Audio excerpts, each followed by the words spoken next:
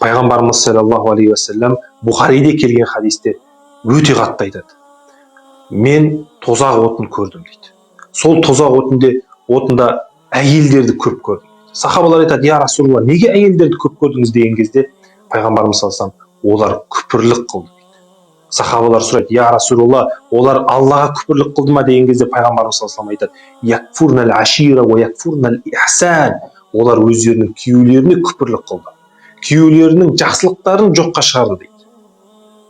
Олар мынандай әйелдер дейді: лау ахсанта иля ихдахунна дахра. Оларға жылдап бойы жақсылық жасап, сумма раат минка шейан, сөйтіп бір күндері сенің кемшілігіңді көрсе, қалат ма раайту минка хайран қатту. Сенен ешқандай да бір жақсылық көрмедім деген әйелдер деп айтты дейді. Сол себептен де күйеулеріңіздің жасаған жақсылықтарыңызды көріңіз, шүкіршілік қылыңыз.